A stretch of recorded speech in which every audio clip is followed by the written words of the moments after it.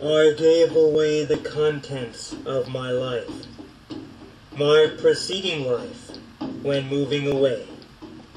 The removal men turned back to the van, then gave a knowing wave to his driver, and consciously went back to lift the ramp. I heard the padlock snap shut on the van, while expelling unpleasant azure smoke, as the diesel engine bubbled over, and the driver positioned it in gear between the noon horns of California.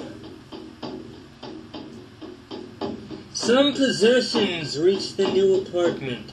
Others were dropped off at auction houses.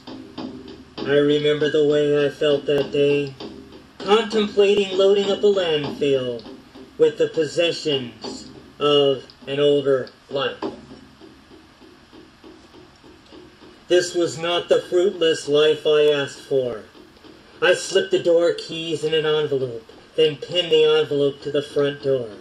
I took one last look at the thankless hall, then past the older shattered front room door, then past the dining room to the kitchen, where I ate my breakfast every morning, dreaming that I had a wife and child, or as a father and son dinner night.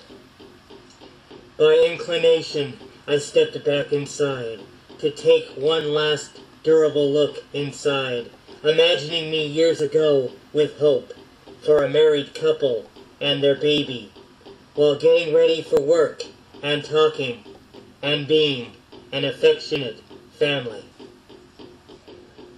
I saw this picture in my younger head. Then I felt pain for what I never had. Then after facing my woe, it faded. I closed the door after taking a breath.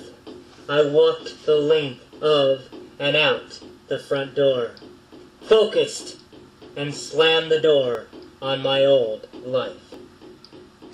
I felt reborn walking down mature steps to my elderly car baking in sun. I opened the driver's door and entered. When I turned the key, the choked engine stalled. But on the third try, the Toyota roared.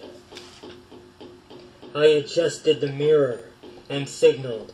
Then I pushed out into roaring traffic, driving streets of 10 years, not looking back. Later I turned into the cul-de-sac, where my new life began among houses. My new apartment stood in the basement of a house with a removal van parked.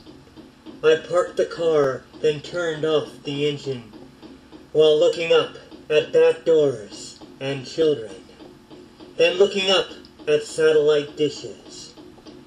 I scanned the walkways and stairwells quickly, allowing the removal men to work, as the sun was setting behind rooftops. The evening spread from shadow to shadow, as streetlights were flickering randomly, while my new life began by these doorways. I decided then to forget my past.